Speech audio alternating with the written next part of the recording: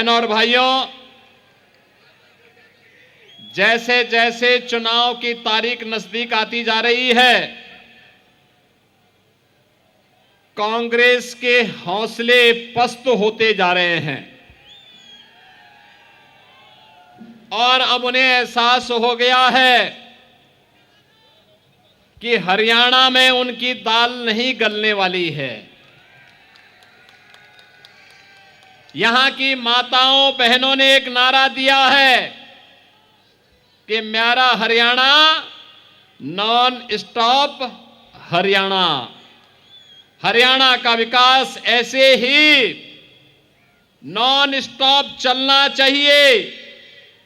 तीसरी बार फिर से भारतीय जनता पार्टी को मौका मिले और यही आह्वान करने के लिए मैं आपके बीच आया हूं कि भरोसा दिल से भाजपा, भरोसा दिल से भाजपा। मंच पर उपस्थित हरियाणा विधानसभा के माननीय अध्यक्ष और आपके लोकप्रिय विधायक और वर्तमान में प्रत्याशी श्री ज्ञानचंद गुप्ता जी, कालका विधानसभा क्षेत्र से भारतीय जनता पार्टी की लोकप्रिय प्रत्याशी श्रीमती शक्ति रानी शर्मा जी,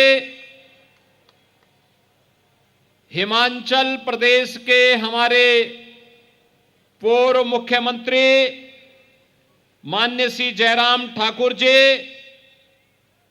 जिला अध्यक्ष भारतीय जनता पार्टी श्री दीपक शर्मा जी, प्रदेश उपाध्यक्ष श्री बंतो कटारिया जी, मेयर पंचकुला श्री कुलभूषण गोयल जी, प्रदेश अध्यक्ष युवा मोर्चा श्री योगेंद्र शर्मा जी, संयोजक पंचकुला विधानसभा श्री हरेंद्र मलिक जी और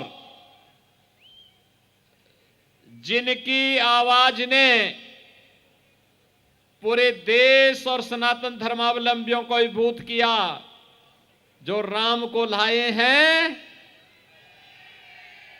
इस भजन को लोकप्रिय बना करके आम जन तक पहुंचाने वाले सुप्रसिद्ध भजन गायक श्री कन्हैया मित्तल जी, उत्तर प्रदेश सरकार के मंत्री श्री ब्रजेश सिंह जी, पंचकुला और कालका से जुड़े हुए मेरे सभी उपस्थित बहनों और भाइयों, हरियाणा विधानसभा चुनाव 5 अक्टूबर को होने जा रहा है। बहनों और भाइयों, शारदीय नवरात्रि 3 अक्टूबर से प्रारंभ हो रहा है। शारदीय नवरात्रि की तीसरी तिथि हरियाणा के भाग्य को बनाने वाली तिथि साबित होनी चाहिए। और याद रखना, जगत जननी मां भगवती लक्ष्मी वह कमल के फूल पर ही विराजमान होकर के सुख और समृद्धि की अपना अनुकंपा बरसाती है। और इसीलिए आपसे आह्वान करने के लिए मैं आया हूं। ये डबल इंजन सरकार का महत्व क्या होता है? अगर इसका महत्व देखना हो, 2 घटनाओं से आप आसानी से समझ सकते हैं। एक, अयोध्या धाम की धरती से मैं यहां पर आया हूं। अयोध्या का नाम लेते ही यहां पर सभी राम भक्तों के मुंह से जय श्री राम का नारा निकल पड़ा। बहनों और भाइयों, 5 सदी के बाद, 500 वर्षों के बाद अयोध्या में रामलला अपनी पावन जन्मभूमि पर फिर से विराजमान हो गए हैं। मैं केवल एक बात पूछना चाहता हूं, अगर उत्तर प्रदेश में भारतीय जनता पार्टी की डबल इंजन की सरकार नहीं होती तो क्या ये काम हो पाता? क्या क्या ये कांग्रेस कर पाती? क्या कांग्रेस तो कहती राम हुए ही नहीं, ये तो राम पे विश्वास नहीं करते, ये कृष्ण पे विश्वास नहीं करते। इनको चाहिए, कहते हैं कि राम के लिए भूमि नहीं होनी चाहिए, कृष्ण के लिए भूमि नहीं होनी चाहिए, भूमि तो केवल वक्फ बोर्ड के लिए होनी चाहिए। और इसीलिए इन्होंने चांद मोहम्मद को टिकट बना करके पंचकुला को लूटने के लिए भेज दिया है। बहनों और भाइयों, ये बदनसीब है कांग्रेसी लोग जो अपनी विरासत को ही भूल गए हैं। राम को ही इन्होंने भुला दिया है, कृष्ण को भुला दिया है, तो भगवान राम ने भी और भगवान कृष्ण ने भी इनकी तरफ से मुंह फेर लिया है।